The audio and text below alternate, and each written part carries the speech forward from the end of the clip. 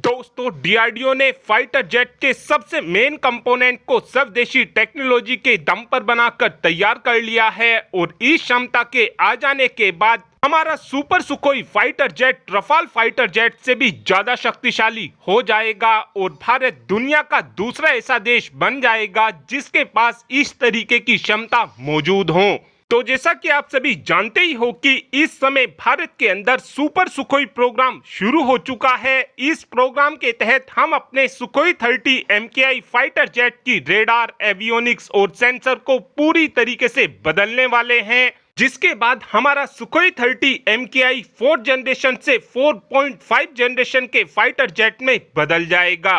और इस super Sukhoi programme के लिए डीआरडीओ की तरफ से विरूपाक्षा नाम का रेडार बनाया जा रहा था और ये रेडार अब पूरी तरीके से बनकर तैयार हो चुका है। लेकिन पहले इस रेडार को लेकर ज्यादा जानकारी बाहर नहीं आती थी, लेकिन अब डीआरडीओ ने खुद ही कंफर्म कर दिया है कि हम अपने सुपर सुखोई प्रोग्राम के तहत अपने सुखोई 30 MKI के अंदर विरूपाक्षा रेडार को लगाने वाले हैं। आप यकीन मानना, जिस दिन विरूपाक्षा रेडार हमारे सुपर सुखोई के अंदर लग जाएगा उसी दिन से ही हमारा super Sukhoi fighter jet Rafale fighter jet से भी ज्यादा एडवांस बन जाएगा।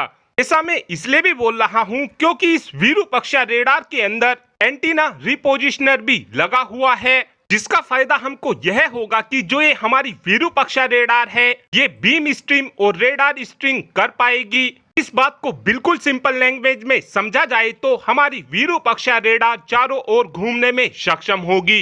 अभी तक क्या होता था कि जो हमारे फाइटर जेट होते थे उनके अंदर जो रेडार लगा होता था वो बिल्कुल स्टेबल होता था। इसका नुकसान हमको यह होता था कि अगर हमको अपने फाइटर जेट से लेफ्ट साइड में किसी भी टारगेट का पता लगाना है तो हमको अपने फाइटर जेट को लेफ्ट डायरेक्शन में लेकर जाना होता था, और अगर हमको राइट साइड में टारगेट का पता लगाना होता था तो हमको अपने फाइटर जेट को राइट साइड में लेकर जाना पड़ता था। लेकिन विरूपाक्षा रेडार के आ जाने के बाद हमको अपने फाइटर जेट की पोजीशन को चेंज नहीं करना पड़ेगा, क्योंकि हमारी रेडार ही अपनी पोजीशन को चेंज कर रही होगी। इस तरीके की रेडार इस समय केवल यूरोफाइटर टाइफून फाइटर जेट के अंदर लगी हुई है, और यूरोफाइटर टाइफून के अंदर रेडार जो लगी हुई है उसको हम कैपिटल ई रेडार के नाम से जानते हैं। और अब यही क्षमता भारत के पास भी आ गई है, जिसके बाद अब भारत दुनिया का दूसरा ऐसा देश बन गया है जिसके पास इस तरीके की क्षमता मौजूद हो। इस रेडार की मदद से हम 300 किलोमीटर पहले ही दुश्मन देश की हर एक एक्टिविटी का काफी आसानी से पता लगा सकेंगे।